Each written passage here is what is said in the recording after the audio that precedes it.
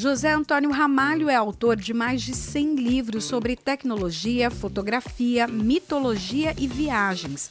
Como jornalista, escreveu para a Folha de São Paulo e o Estado de Minas, além de produzir e apresentar a 4ª temporada do programa 50 por 1. Com 30 anos de experiência no mercado corporativo, também oferece treinamento e consultoria. José Antônio Ramalho é o convidado de hoje do Cultura e Saber.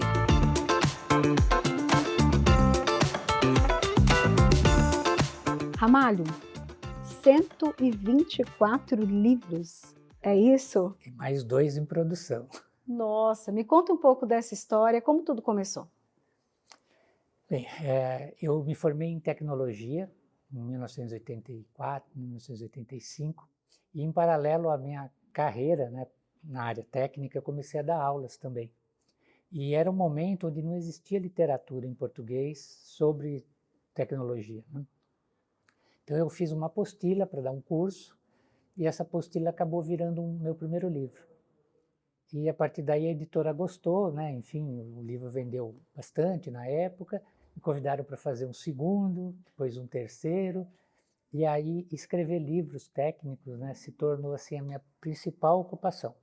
Eu nunca deixei o lado prático da profissão, né, de tecnologia, mas escrever e ensinar principalmente formaram um triângulo ali que se perpetuou, né? Eu sempre tive 2 ou 3 funções ao mesmo tempo, mas a escrita, no fundo, sempre é o que norteou o resto, ou foi pautada pela experiência que eu tinha na época.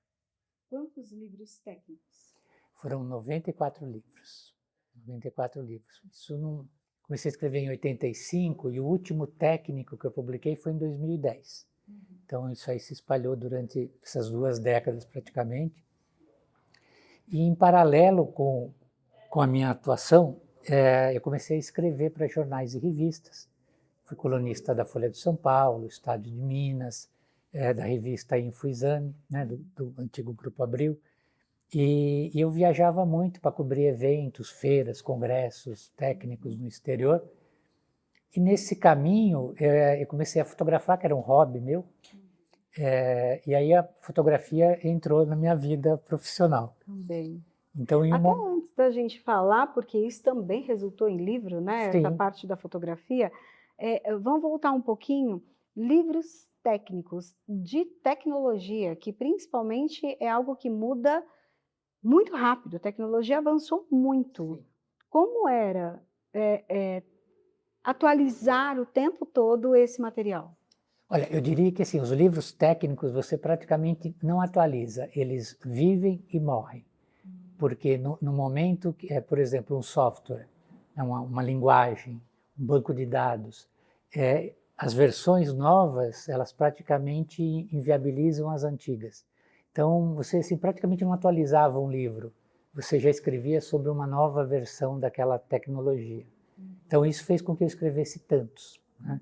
Se fosse literatura tradicional, seria diferente, mas isso me obrigava a estar constantemente lançando 4, 5, 6 livros até em um ano para se manter atualizado com o que saía de tecnologia. Pense em escrever alguma coisa sobre inteligência artificial?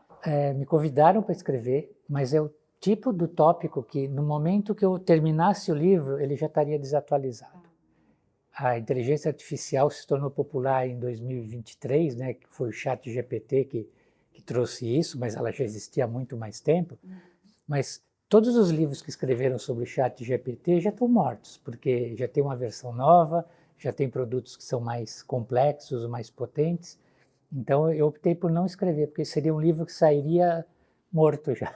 Aí você comentou que escrevia também para colunas de jornais, mas falava sobre tecnologia ou outros assuntos? Sim, a maior parte das minhas matérias, e acho que a minha vocação sempre foi ensinar. Então, minhas matérias sempre tinham um cunho didático, assim, de explorar um assunto, mas de uma forma que o leitor sempre acabasse aprendendo, no fundo, e não só se informando. Então, eu respondia muitas dúvidas dos leitores. Quando tinha uma tecnologia nova, eu fazia a introdução daquela tecnologia. Então, sempre foi algo muito desafiador, que me obrigava assim, a estar constantemente, né, até hoje, atualizado, né, para poder falar com propriedade. Uhum. Dentro dessa parte da tecnologia, essa velocidade de atualização de material era o teu maior desafio ou não? Já que não tinha também muita literatura sobre o caso, né, Sim, para ter sim. base. Olha, a velocidade era um desafio, mas a quantidade de opções de tecnologia que surgiam era talvez o desafio de escolher qual é aquela que eu vou escrever e que vai durar um pouco mais. Então, por exemplo, bancos de dados, né? Existem várias tecnologias. Então, eu escrevi vários sobre um banco de dados que se chama Oracle, que existe até hoje, mas eu escrevi sobre outros produtos de banco de dados que já morreram há 10, 15 anos, não existem mais. Então, escolher a tecnologia que vai viver mais, né, é o desafio e continua até hoje. Aí depois de passar, então, pela escrita em jornais, revistas,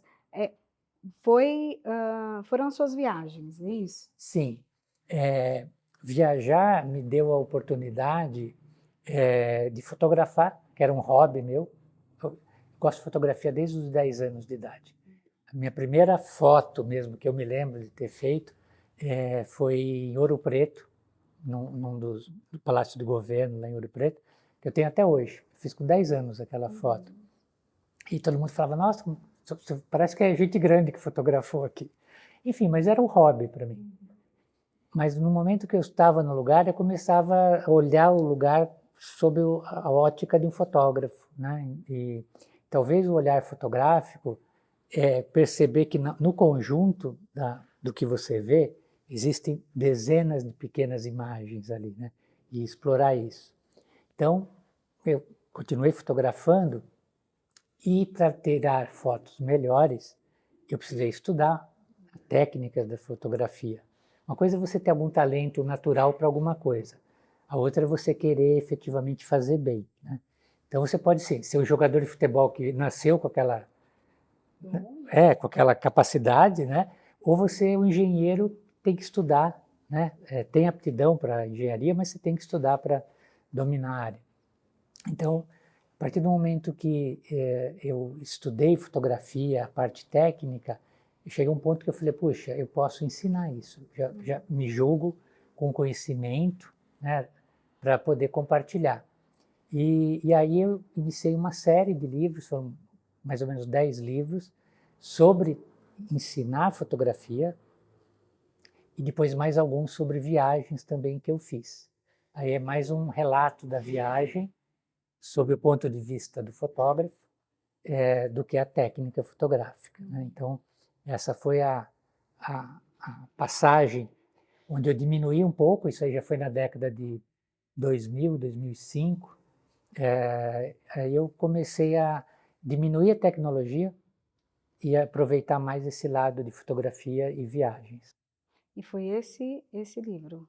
Esse foi um dos, não foi o primeiro, mas esse foi de uma viagem que eu fiz de polo a polo. Eu comecei essa viagem na linha do Equador, exatamente na linha do Equador. Um pé meu estava no hemisfério norte e o outro no hemisfério sul. E eu desci do Equador até a Antártida, até o Polo Sul, quase até o Polo Sul, e de lá eu subi pela África, Europa, fui para o Antártico, né, o norte do planeta, e desci pela América do Norte, voltando ao ponto que eu parti.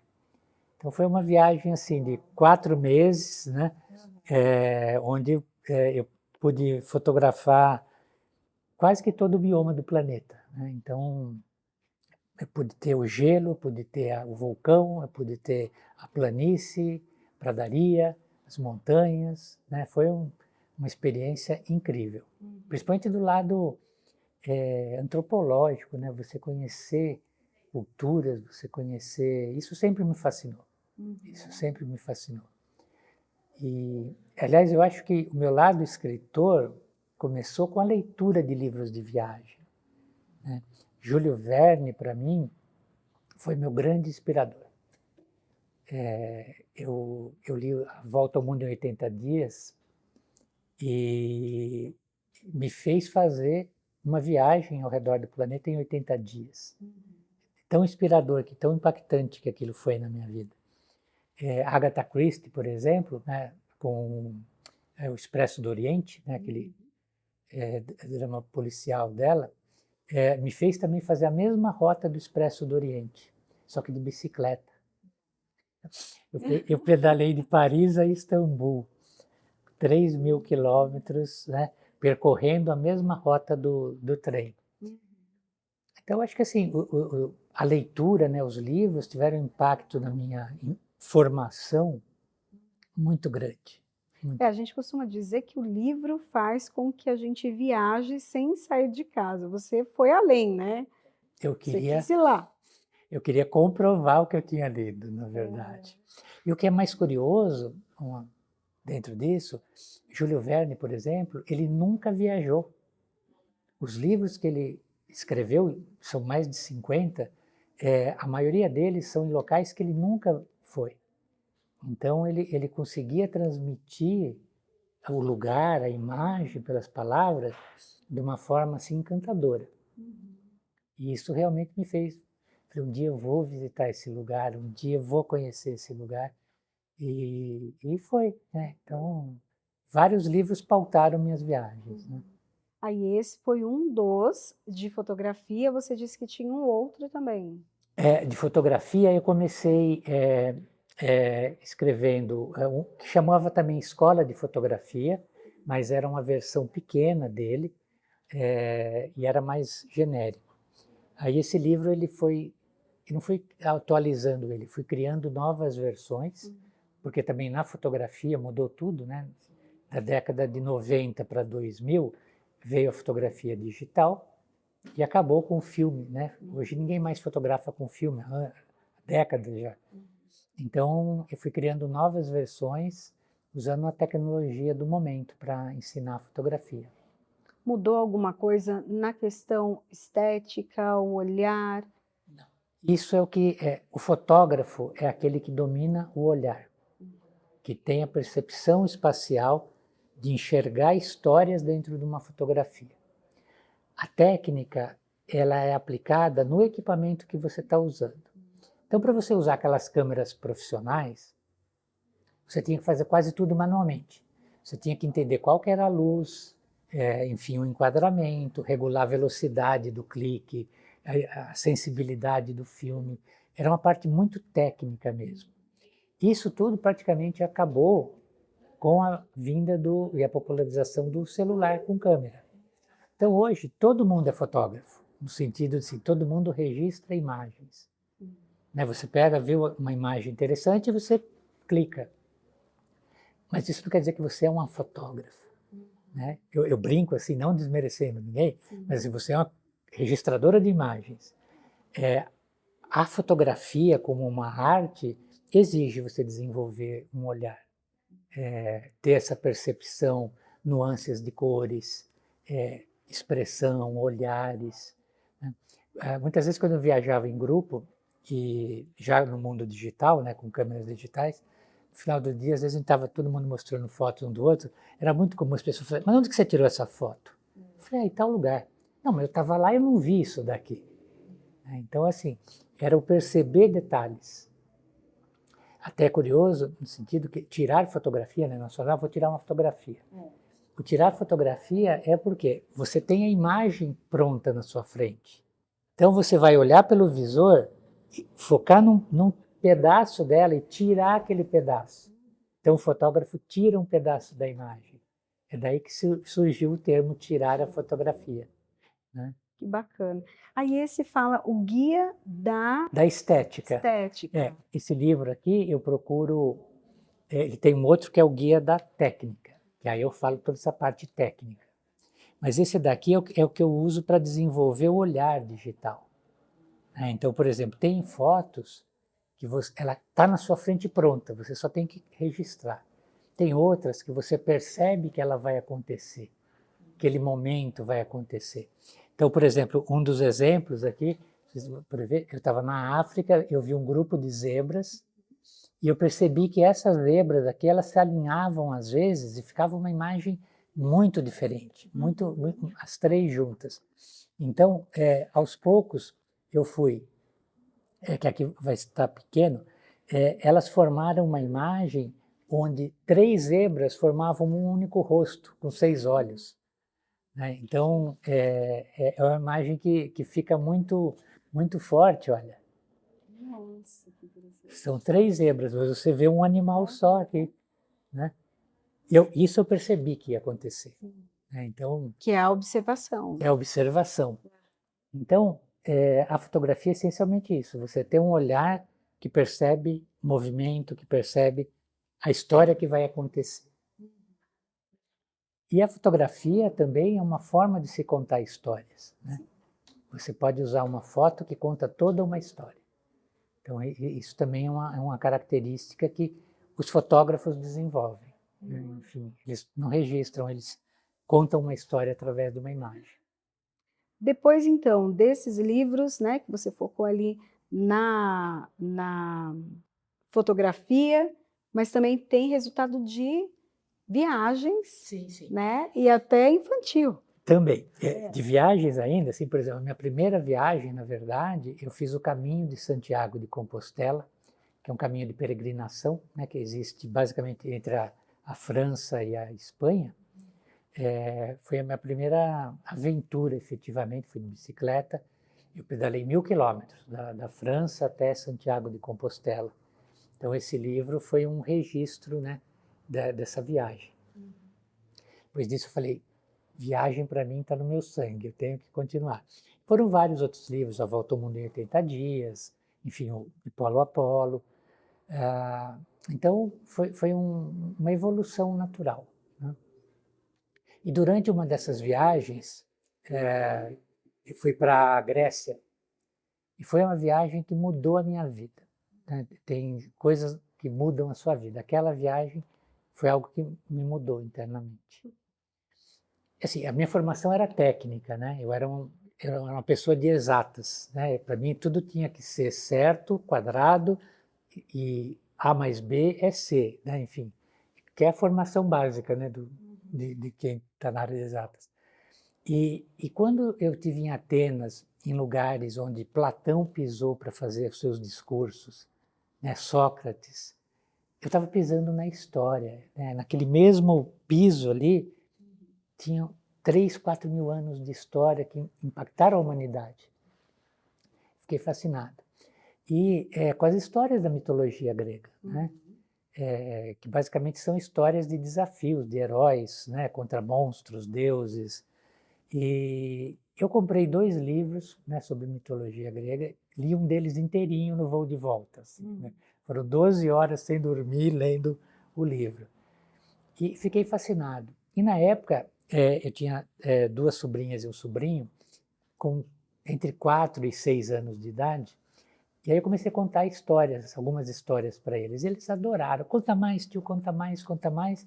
Falei, nossa, a criançada gosta disso. Foi aí que eu criei uma série, foram 5 livros sobre mitologia grega. Esse aqui é de Hércules, História dos 12 Trabalhos de Hércules. Tem um que é sobre os deuses gregos, os 12 deuses gregos. Um sobre o Jasão e o Velocino de Ouro. Teseu e o Minotauro também. Então são livros que contam essas aventuras, né? Então eu fiz um livro que ele tinha uma parte que mostrava o universo da aventura, depois ele contava a história do caso de Hércules, os trabalhos que ele teve, né, contra o leão, a hidra de Lerna, enfim.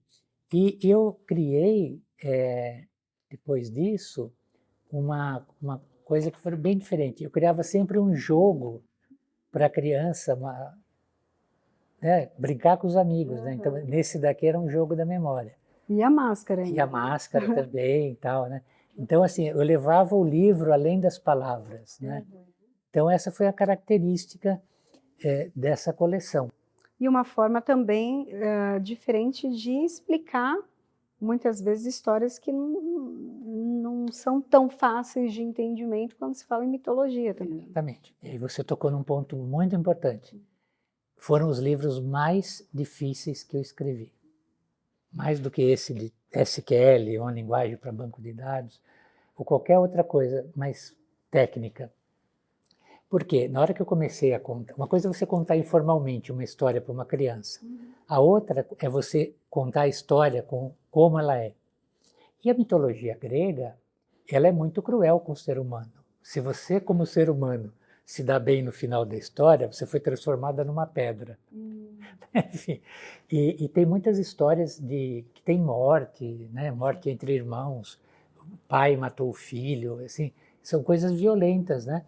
Mas que durante a contação da história acaba não sendo tão forte. Então eu tive que realmente repensar muito a forma e os detalhes da história, porque eu vou contar para uma criança de 8 anos que a mãe matou os 2 filhos, né? Mas aconteceu em uma das histórias. Então isso a gente deixava algumas coisas no ar, ou a gente passava direto sobre isso, mas foram livros muito difíceis para entre eu começar e me dar conta da dificuldade. Olha, eu sofri escrever esses livros. Linguagem, é tudo diferente, né? E totalmente. E isso talvez é uma das características que algumas pessoas já me falaram, me colocaram assim, Ramalho, você tem uma característica muito interessante que é você consegue escrever sobre assuntos diversos com a mesma fluidez, né? Você consegue transformar coisas complexas numa linguagem mais fácil e você fala sobre mitologia, fala sobre banco de dados, fala sobre fotografia de uma forma natural. Eu não treinei para isso, né? Eu acho que de repente foi uma característica minha, né? Enfim, eu tenho a característica de ser muito observador, né? Então isso me ajuda muito a entender as coisas. E eu tenho a seguinte presunção: se eu conseguir entender, eu consigo explicar. Mas o grande desafio é eu conseguir entender, né? Sempre, sempre. Mas eu acho que o ensinar é uma característica que é nata minha, assim. Eu sempre gostei de compartilhar. Então, os livros são essa forma mais tátil, né, dessa característica. Aí, depois dessa série, então, que você fez, qual foi o próximo? Você lembra? Porque 124 livros. Se a gente tentar colocar numa linha temporal, seria mais ou menos assim, os livros de tecnologia, os livros de mitologia, os livros de fotografia e os livros de viagem e comunicação, agora que é a minha última fase mais recente. Mas, assim, nada é estanque, né? Não quer dizer que eu não possa amanhã escrever um livro sobre qualquer uma dessas coisas. O que me pauta, talvez, escrever os livros, é eu estar vivendo. Eu escrevo apaixonadamente, eu diria isso. Então, eu tenho que estar numa paixão com algum assunto, algum tema, né? Então, isso me faz efetivamente devorar a literatura que tem a respeito, com a internet, a facilidade de pesquisar, né? Enfim, que quando eu era criança eu não tinha isso, né? E estar fazendo essa entrevista numa biblioteca, para mim, é muito significativo, porque bibliotecas como essa era a extensão da sala da minha casa, né? Eu tinha que andar quase 8 quilômetros, né, para ir numa biblioteca, mas era lá que estava todo o conhecimento do mundo para mim, né? Então, eu tive muitas brigas com a minha mãe porque eu não voltava de lá. Eu ia e não voltava, né? Ela ficava preocupada. E então estar aqui no meio de livros, para mim é muito importante. E hoje ver, né, que tem uma luta para que as crianças leiam mais, os adultos leiam mais. O que significa isso para você? Olha, eu sou sempre favorável à tecnologia, sempre curti, sempre adoto a tecnologia mais recente, porque eu acho que, no fundo, ela é sempre mais positiva do que negativa. Mas qualquer tecnologia pode ser usada de uma forma boa ou de uma forma ruim. Então, eu diria o seguinte, a imprensa, quando Gutenberg inventou a imprensa, foi o ponto principal de divulgação da informação no mundo, né? Foi a partir dali, 1400 e pouco, que as pessoas comuns tiveram acesso à informação, que antes era fechada aos círculos religiosos, né? Enfim. Então, a partir dali, a imprensa foi uma tecnologia que divulgou conhecimento. Quando, na década de 90, a internet se tornou popular, né? A internet existe há 50 anos, mas ela se tornou pública e popular nessa década de 90, falei, nossa, a humanidade vai dar um salto à frente, que se, com todas as limitações que a gente tem para acessar informação, nós chegamos até aqui, nós somos a Lua, né? Imagine agora, com mais pessoas tendo acesso à informação.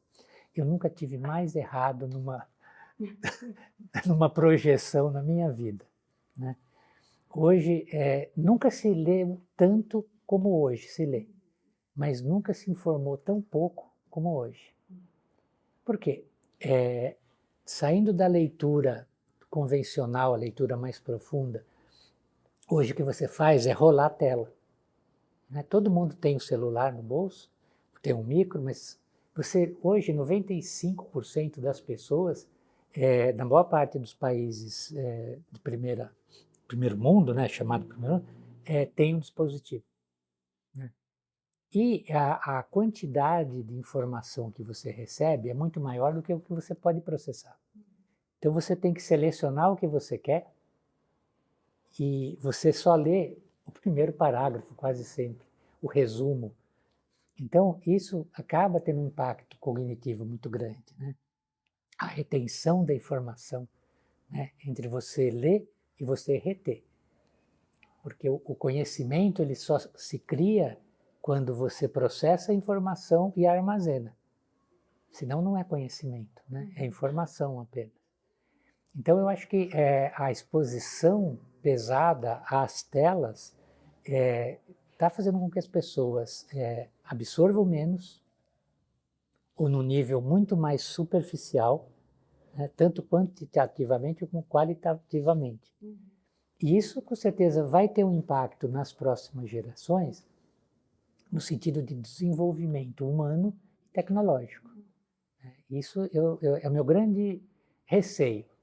Claro que tudo pode mudar, mas se os pais hoje não tentarem desenvolver essa consciência dessa exposição, né, nós vamos ter consequências cognitivas e sociais nas próximas gerações, né?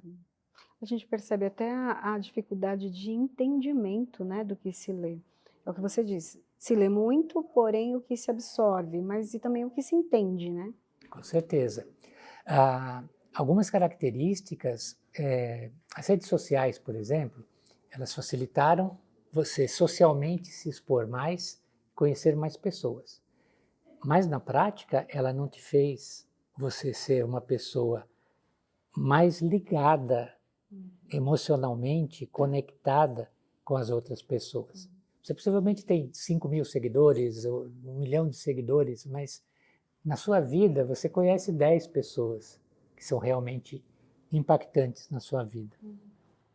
Então a gente passa a ter tantos amigos, tantos conhecidos, que a gente desvaloriza o lado humano, a conexão humana. Eu acho que eu vejo muita propaganda falando assim, de banco, por exemplo, atendimento humanizado 24 horas por dia. Quer dizer, ele está dizendo que, olha, liga para cá, que algum ser humano vai te atender, não é um robô que vai te atender.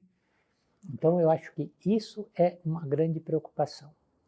E a geração dos jovens hoje é uma das gerações, eu vou te fazer uma pergunta, quem você acha que é mais solitário, um jovem ou um idoso? Pelas redes sociais a gente sabe que é um jovem, né? Um jovem, né? O nível de solidão que tem tido na faixa dos 16 aos 24 anos é maior do que na faixa dos 60 a mais. Então você imagina um jovem que está no começo da vida dele. A construção, que é uma troca também com o outro. Exatamente assim, se afasta e isso gera a solidão. As pessoas não têm a emoção à disposição, elas só têm o contato. Então isso é algo preocupante, isso é algo preocupante. Aí depois que né, você teve essa experiência, a próxima, porque também você foi para vários lugares ali, fotografia, daí depois foi para a parte infantil, qual a próxima etapa? Então, o conjunto das minhas viagens, né, e eu tive a oportunidade de visitar até hoje 105 países, né, em todos os continentes. Eu tenho um lado, assim, não sei se é antropológico, de ser observador, assim, mas eu sempre observo as pessoas. Em todos os lugares que eu estou assim, eu estou observando. E uma das coisas que eu percebi é a falta de comunicação ou habilidade de comunicar. As pessoas se comunicam, mas se comunicam mal. Princípios de comunicação é o grande empecilho ao desenvolvimento pessoal e profissional.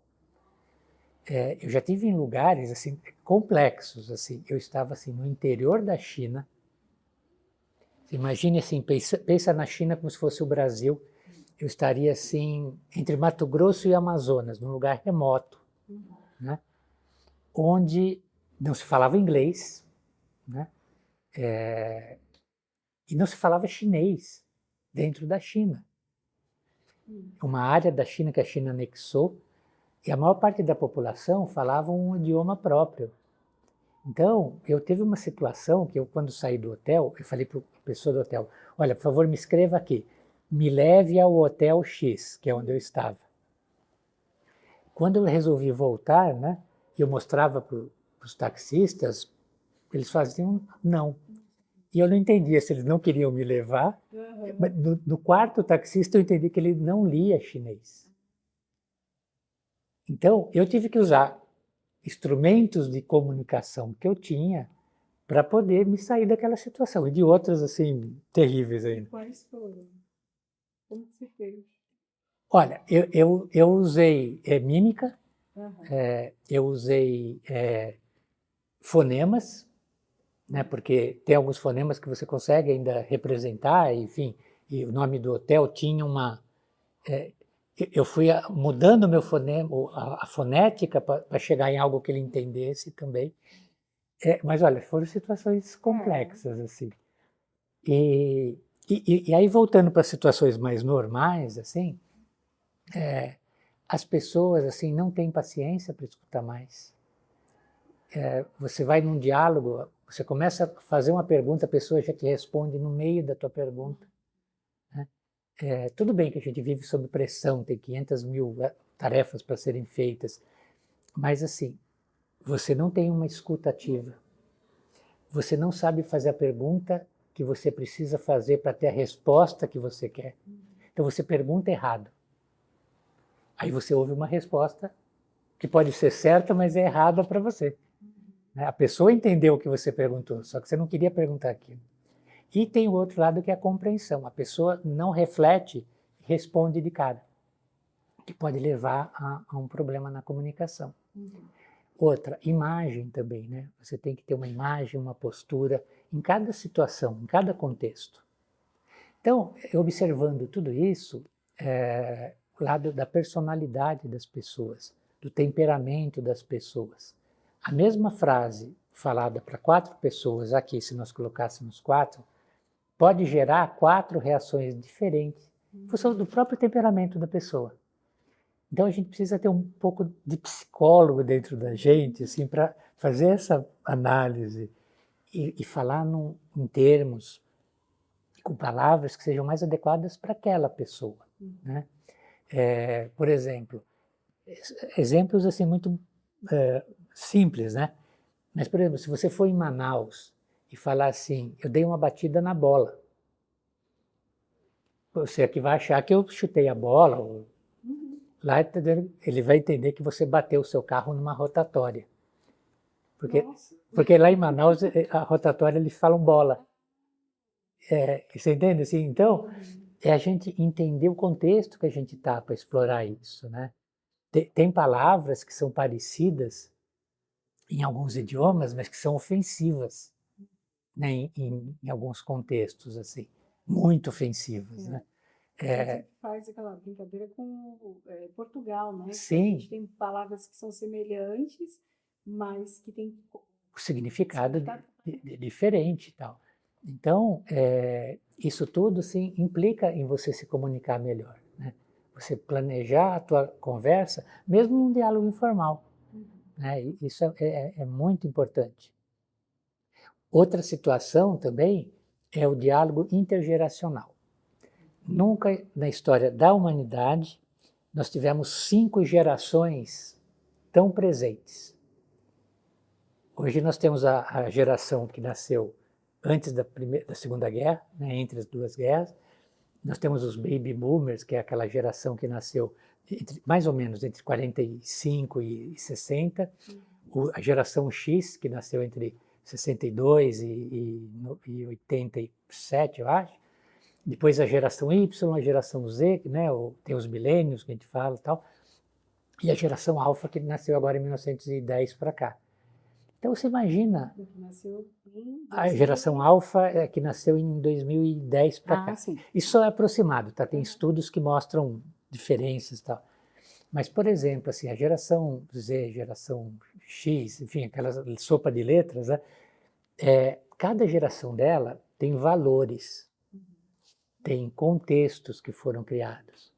Quando você conversa com uma pessoa, qualquer pessoa, você tem que entender quais são os valores daquela pessoa. Os valores são aquilo que ela cresceu, lá de 0 ano para cima, aqueles primeiros anos de vida formam os valores da pessoa. Isso praticamente não vai mudar a vida inteira, é arraigado. É lógico que aí você desenvolve os lados da personalidade, do caráter, que é o ambiente que ela cresce e que forma. Então tem pessoas que falam, ele é vira-casaca, né? Ele virou de lado, mudou de lado. Por quê? Ele teve uma formação, cresceu acreditando em algumas coisas, que são as crenças, não os valores, e aí depois foi exposto a uma informação que mudou, fez ele rever aquilo. Então aí ele mudou de posição. Antes eu gostava de X, agora eu gosto de Y. Eu acho Y certo e Z errado. Enfim, tudo isso a gente tem que considerar ao conversar com alguém. A minha conversa com você é diferente de alguém que tenha 12 anos e alguém que tenha 85 anos, né? Para eu comunicar a mesma coisa, eu preciso me articular de forma diferente, né? E são coisas que, sim, é o nosso inconsciente, está dentro da gente, isso a gente não tem essa consciência, né? Então, explorar isso, para mim, foi, nossa, eu quero escrever sobre isso, começar a tentar diminuir esse abismo que existe entre gerações e entre pessoas, né? E aí eu comecei como? No ano passado eu lancei esse livro aqui, o Storytelling, Cativando com a Narrativa. Esse livro, ele explora como você pode... Storytelling é um termo em inglês que traduzindo é contação de histórias, contar histórias. Mas não o contar histórias infantis, vou contar história para criança. É qualquer história. Então, são técnicas que te permitem transmitir uma informação de uma forma que você atinja os sentimentos e as emoções das pessoas. Quando você envolve os sentimentos e as emoções de uma pessoa numa história, ela participa da história, ela armazena aquilo. Então, essas técnicas é usada no cinema, é usada na propaganda, né?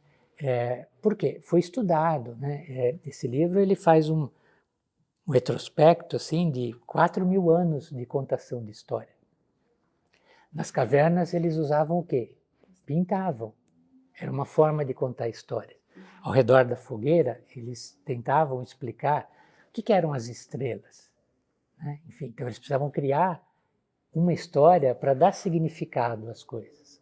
Aí depois a tecnologia veio e atualizou isso, né? Então a gente sabe que as estrelas são as estrelas, né? Nós temos o significado astronômico do que é uma estrela, mas eu posso te contar a história das estrelas de uma forma cativante, né? Então, contar histórias usando as emoções é um diferencial para você ter sucesso em qualquer área, pessoal ou profissional. Você pode perguntar para mim, Ramalho, mas assim, e numa apresentação de PowerPoint, como é que eu vou contar uma história? Eu tenho que apresentar aqui o resultado do orçamento, não, do faturamento dos últimos 3 meses, por exemplo. Então você pode transformar aquele número num personagem. Você conta como é que aquele número surgiu, como é que ele chegou até ali, mas não dizendo, olha, nós aumentamos o faturamento em 21%. Você envolve um sentimento, você pode fazer analogias usando o número 21 com algo que não tem nada a ver com aquele contexto. Porque as pessoas, quando ouvirem aquela outra informação, vão lembrar daquilo. Isso é uma técnica que eu uso muito em apresentações, porque a pessoa, eu estou falando, estou imaginando qualquer coisa assim, eu estou falando de vender fruta, mas eu falo de um elemento químico, que não tem nada a ver. Só que quando a pessoa escutar aquele elemento químico, né, aquele nome daquele elemento químico, vai lembrar daquela fruta que eu estava explicando, né, enfim. Então, essas técnicas são, assim, muito funcionais. E existem algumas estruturas, por exemplo, uma que chama a Jornada do Herói.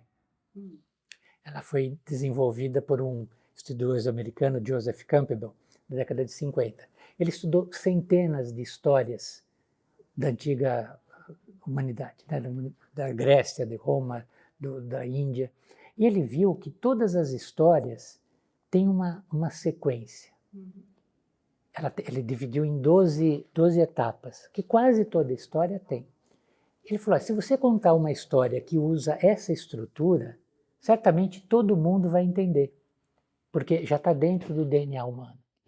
Lá na pré-história ou agora, você está preparado para entender isso. Então, eu fiz uma pesquisa, e salientei algumas que já tinham sido feitas antes.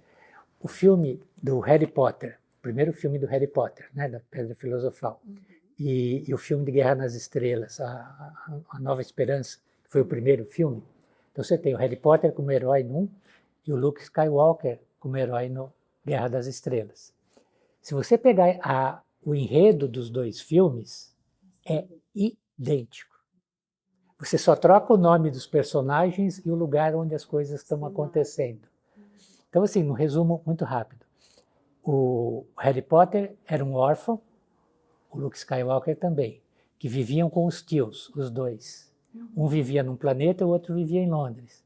Até que um dia eles receberam uma mensagem, um através de uma coruja e o outro através dos 2 robozinhos, que fizeram com que eles fossem aprender uma arte. Um foi se tornar bruxo e o outro foi se tornar Jedi. E eles tiveram, para conseguir chegar a esse conhecimento, enfrentar vários obstáculos. Até que eles enfrentaram o seu vilão principal, o Darth Vader ou Voldemort. E depois a história termina com a superação. Então, é a mesma estrutura.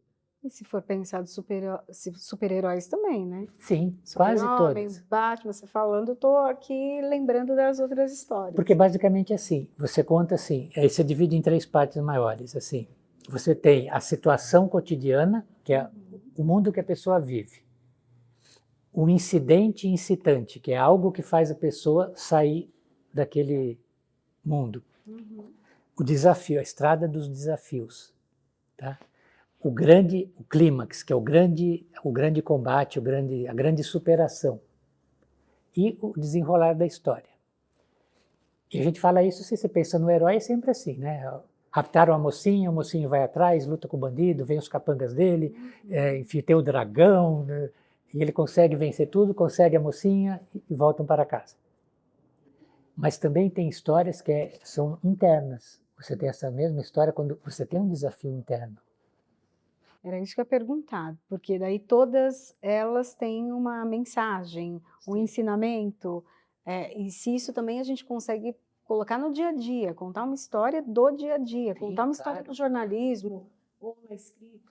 Vou te dar um exemplo muito, muito simples, talvez ele funcione. Vou contar uma informação para você, e depois vou contar ela com a técnica de storytelling. João morreu, 15 dias depois, sua esposa também. Tudo bem? Um fato. Agora eu vou contar para o storytelling. João, depois de lutar muito contra a doença, partiu. 15 dias depois, Ana, sua companheira de anos, foi se juntar a ele. Eu acho que eu contei agora uma história de amor. Sim. Uma história de reunião. Acho que é sutil, mas um simples fato, um casal morreu com 15 dias de diferença. É frio, né? É frio. E é uma frase, é 2 frases isso daí. Você já transmite faz a pessoa pensar quanto tempo que ele lutou, que doença será que ele tinha, será que amor era esse, né? Enfim, você viaja. Então eu envolvia teus sentimentos nessa pequena história. Então, basicamente, esse livro tem essa missão, fazer com que você conheça essas técnicas para contar qualquer história, né? Te garanto que funciona. Funciona mesmo. Funciona, que a gente já fez o teste aqui. Tá vendo? Aí depois tem esse outro também que fala sobre comunicação, né? Esse daqui ele é mais focado nisso, você aumentar o poder da sua comunicação através da narrativa, storytelling. Mas talvez antes de chegar aqui, você precisa dominar os conceitos básicos da comunicação. Então, num simples diálogo entre nós aqui, tem 7 elementos que estão envolvidos aqui. Tem você que é a transmissora, eu que sou o receptor, e troca, né? Tem a mensagem, tem o canal que nós estamos usando aqui, tem o contexto, que é essa biblioteca, tem o ruído. Então, tudo isso acontece, a gente nem lembra disso, né? A gente está conversando aqui. Mas qualquer um desses 7 componentes que saiam fora de um nível desejado, eles podem realmente estragar a comunicação. Se eu não falo claramente, se eu não exponho totalmente a minha ideia, se eu não deixo você pensar antes de continuar, se você não me permitir terminar a minha frase, colocar o ponto final, né? Então, eu procuro juntar tudo isso. Então, assim, eu digo, é o poder, é a arte de perguntar, a arte de escutar, a arte de responder, a imagem pessoal, como você se coloca na situação. Entro também na comunicação não violenta, né, que é um termo, não, um assunto muito em voga hoje. A linguagem inclusiva dentro de um diálogo. Então, tudo isso, os ruídos da comunicação, por exemplo, quando a gente pensa, não é o ruído físico, é o ruído emocional, é o ruído patológico, né? Eu posso estar conversando com alguém que tem alguns problemas, literalmente psicológicos, que impedem, a pessoa é ansiosa, a pessoa sempre está ansiosa, você está conversando com ela e ela está pensando em outras coisas. Você tem o ruído da tecnologia, que é o celular que está aqui, você está conversando com a pessoa olha para o celular toda hora, ou dá um bip no celular, tudo isso desfoca, você tira atenção. E no fundo, tem um guarda-chuva em cima disso, que é o respeito. A gente tem que respeitar o nosso interlocutor, a nossa plateia. Nós temos que definir também qual que é o propósito desse diálogo. Qual o tipo de comunicação, qual é o propósito da comunicação.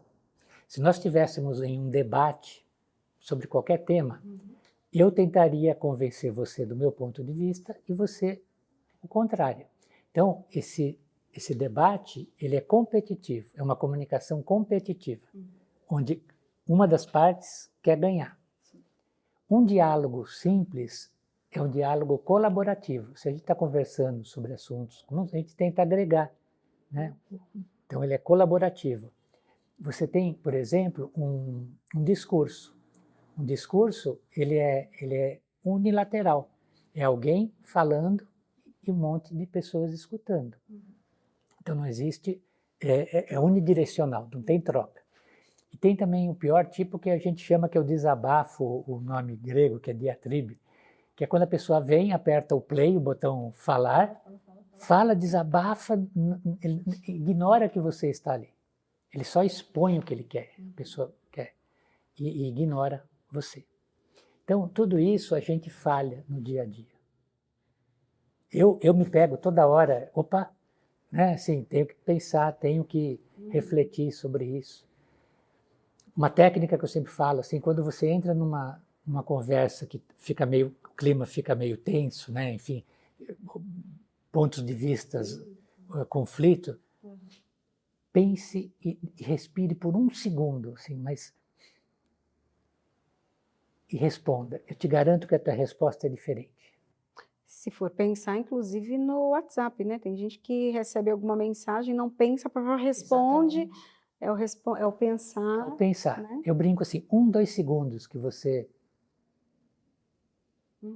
responde é o tempo que a tua raiva, o impacto da tua, se é raiva que você sente, dá uma baixada, ou se você estava incerta sobre aquilo, é o tempo de você formular, porque a mente da gente é incrível, né? Em frações de segundos você consegue formular coisas.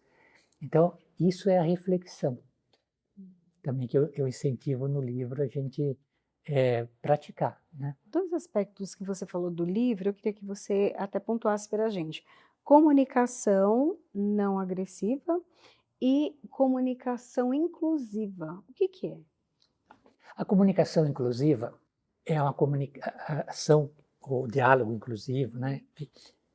Onde você procura, no diálogo, não excluir nenhum grupo. Tá? Então, você, em função da língua portuguesa, né, por exemplo, vamos pegar o exemplo do todos, todas, e agora algumas pessoas falam todes, porque só o todos é masculino, só o todas é feminino. Então, tem pessoas que não se sentem, né, pertencente a um desse grupo. Então, você criou, né, alguém criou um mecanismo que pode funcionar ou não para outras pessoas se sentirem inclusivas. Quando você fala de raça, de gênero, de cultura, né, você tem que buscar entender que quem está ouvindo pode não ter a mesma ideologia, a mesma formação, né, o mesmo contexto seu. Então, ao invés de falar os homens foram para a Lua, né, parece que é uma coisa machista, os homens foram para a Lua. Não, a humanidade foi para a Lua, chegou até a Lua. Né? Eu procuro, por exemplo, procuro evitar todos e todas, ou falo as pessoas. Quando eu falo as pessoas, eu não excluo ninguém. Né?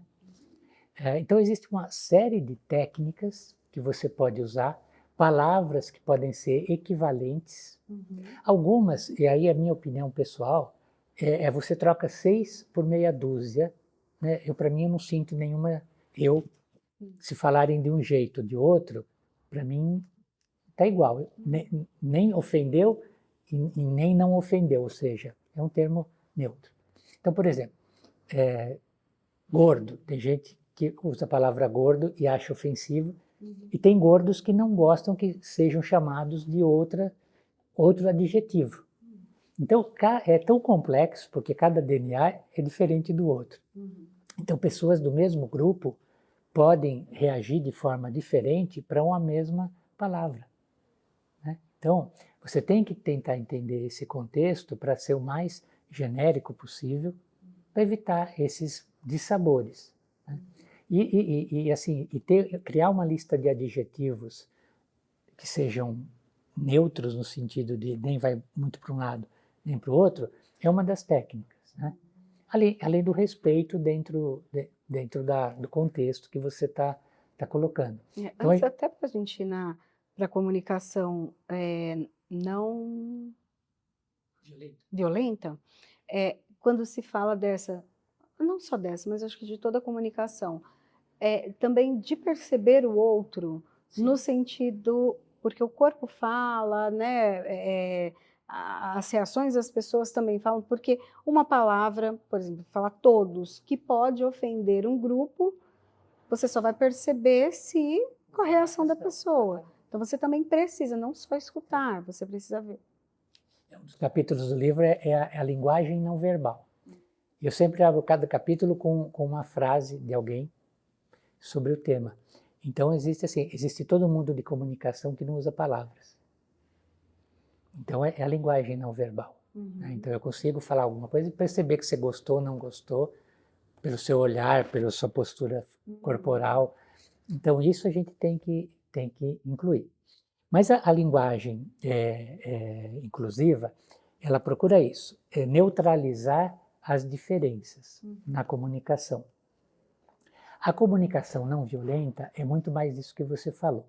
É você permitir que as pessoas reajam de forma menos espontânea e mais reflexiva sobre o que você fala. A comunicação não violenta, ela exige que você tenha um sentimento, que você tenha um pedido, que você tenha uma causa e um resultado que você quer. Então, por exemplo, imagina que você trabalha num grupo, numa equipe, num projeto, que uma pessoa do grupo está atrasando a parte dele e que está afetando todo mundo. Então eu posso falar assim para você, Priscila, queria saber por que você sempre atrasa a entrega da tua parte do trabalho, né? Está afetando todo mundo. Você não vê que a gente é um grupo e temos prazo para entregar? Tá? Agora eu posso chegar assim, Priscila, eu notei que ultimamente você está tendo alguma dificuldade para apresentar o seu trabalho nos prazos que a gente combinou. Está havendo algum problema? Eu posso ajudar? Tentar resolver isso? Nós temos uma situação aqui que vai se agravar se a equipe como um todo não se alinhar. O que a gente pode fazer para que isso seja resolvido? Fiz a mesma coisa, eu falei para você, Priscila, eu preciso que você entregue no prazo. Só que eu dei a chance, ofereci ajuda, perguntei o que está te atrapalhando, né, o que está sendo um empecilho, e vamos tentar resolver. Isso é uma forma não violenta, né, de se comunicar. Então, tem várias técnicas, né? Então no livro a gente mostra as principais que você pode usar para fazer esse processo. E como você foi também para essa área de comunicação? Porque vai de uma área técnica, TI, né, exatas para comunicação, humanas.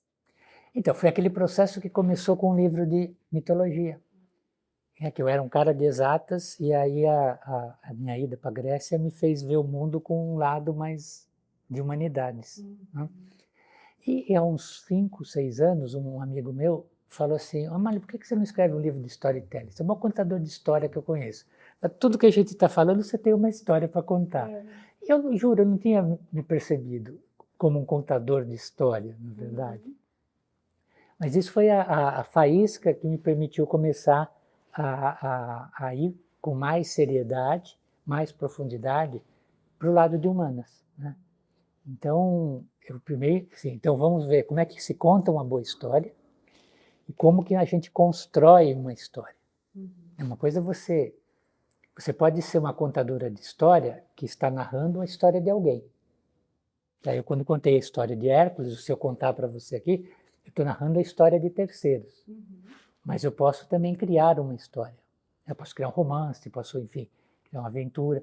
Então aí eu posso ser o contador de história criador ou contador de história ator, que vai estar fazendo o papel do ator mesmo, né, de contar a história.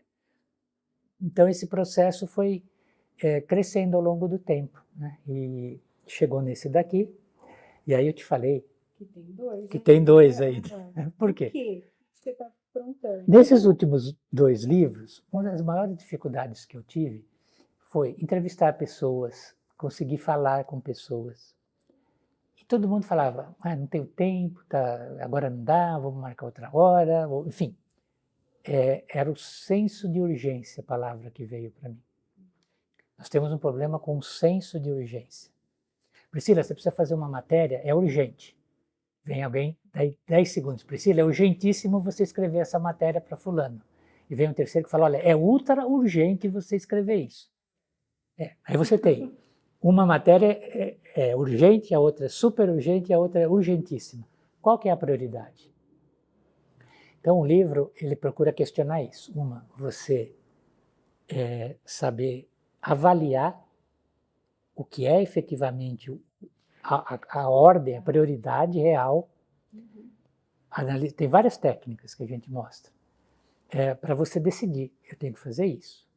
Tem coisas que você pode decidir que é urgente, mas não é importante. Tem coisas que podem ser importantes, mas não é urgente. Então, o que é importante, mas não é urgente, pode ficar para segundo. Mas o que é urgente, urgente e importante tem que ser o primeiro. Então, você classifica as coisas. Essa é uma das técnicas. A outra, assim, não tenho tempo. Meu dia precisava ter 48 horas. Eu falo, não, você, Priscila, eu, Ramalho, a gente ganha 0 hora de cada dia, 1.440 minutos. Eu e você. Igualzinho. Presidente, né, enfim, todo mundo ganha 1.440. Como você usa os 1.440? Você usa mal uma boa parte dele. Você desperdiça. Então aí eu mostro quais são os desafios, né, para você parar de gastar com o que não tem importância, para você usar aquilo que você não estava usando bem, usar para fazer o que você tem importância e é urgente. Então o livro todo ele vai nessa arte de você entender a gestão de tempo. Né? Que hoje em dia é essencial. Exatamente. Então, esse livro ele basicamente fala sobre isso, como você vai entender você tem que entender também o teu biorritmo, né? Biorritmo é o ciclo diário que cada um tem. Tem pessoas que são corujas, né? Funcionam melhor à noite, tem outras que são madrugadoras. Então, se você tem que fazer algo que é importante, precisa de acurar detalhes, né? Você tem que usar naquele momento do dia que você está plena. Senão, né, alguma coisa pode não sair da melhor forma possível. Então você vai, é toda uma escala. Bem, eu estou usando o meu melhor horário do dia para fazer a coisa mais importante, eu estou usando técnicas que estão me economizando tempo, tá? E aí eu estou aplicando essas técnicas para executar.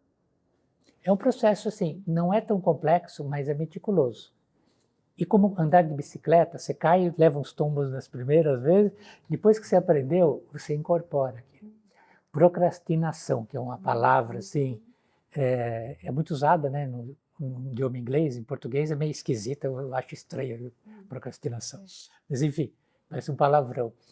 Mas é aquela coisa, você adia coisas que são importantes para fazer, você não se explica como é que você adia, mas você vai jogando, vai empurrando, chega uma hora ou você não faz e tem um prejuízo enorme, qualquer nível esse prejuízo, ou você faz mal feito. Então eu mostro técnicas para você evitar de postergar as coisas. Enfim, é um universo bem interessante assim, né? E escrevendo esse livro, eu entrevistei muitas pessoas, né? E aí vi outras habilidades, gerenciar tempo. Isso, no fundo, é uma habilidade que é gerenciar tempo. Que eu batizei agora de senso de urgência, né, como um todo. Mas eu cheguei à conclusão que existem pelo menos 10 habilidades que os profissionais, não importa a área, precisam ter para aumentar o seu nível de empregabilidade. Um engenheiro, a parte técnica de um engenheiro, a gente chama de hard skills, que em inglês é habilidades duras, né? Uma tradução bem literal, que é a parte técnica. Você, como jornalista, você tem a tua hard skill, é a comunicação intrínseca, do criar, né? Do administrar a informação. Mas todo mundo tem um lado de habilidades que são necessárias para complementar o lado técnico, que em inglês eles chamam de soft skills ou habilidades suaves ou macias, mas que a gente traduz isso como habilidades socioemocionais, ou seja, tudo que envolve a relação com alguém. Então você pode ter assim uma pessoa que é extremamente hábil tecnicamente e não tem a menor habilidade de grupo, trabalha em equipe, uma pessoa que é mal educada, é grosseira, ou que não sabe conversar, pode até ser educada, mas ela não tem habilidades de comunicação. Tem uma pessoa que pode não ter, por exemplo, resiliência. No primeiro obstáculo já desiste. Tá? Então, a resiliência, a adaptabilidade. Hoje em dia é fundamental.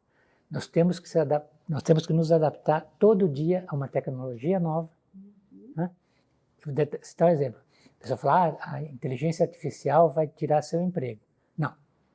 Você vai perder seu emprego porque você não usa a inteligência artificial daqui para frente. Né? Enfim, então é a adaptabilidade. Empatia. Empatia é um pouco de algo que a gente já falou lá atrás, que é eu me colocar no seu lugar e tentar entender o seu ponto de vista ou os seus sentimentos. Eu sempre brinco, eu falo assim, olha, ninguém sente o que os outros sentem. Eu acho verdade. A gente pode ter uma percepção do que a pessoa, uma ideia. Eu, por exemplo, tentando ser empático uma vez, eu falei para uma pessoa, falei, eu sei o que você está sentindo. A pessoa foi super agressiva comigo. Você não sabe nada, você não passou por aquilo, você não estava lá. O resultado foi completamente errado, né? Inesperado. Então eu passei a usar, eu nem imagino o que você está passando. A pessoa entendeu que eu me preocupo com a situação dela, né? Sabe que o peso que ela está passando e estou aqui. Então esses pequenos detalhes que formam a empatia são fundamentais, né? Guerras começam por uma palavra mal colocada e também guerras podem terminar por uma palavra bem colocada, né? É verdade. Bom, que bacana, assim, parabéns pelo teu trabalho, parabéns por essa... Nossa, a gente viajou agora, viajou pelo mundo, viajou pela fotografia, aprendeu muito sobre comunicação, né? Tivemos aqui uma aula. Tá.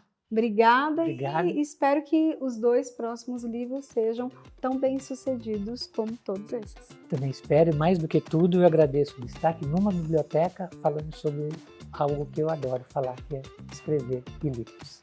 Obrigada.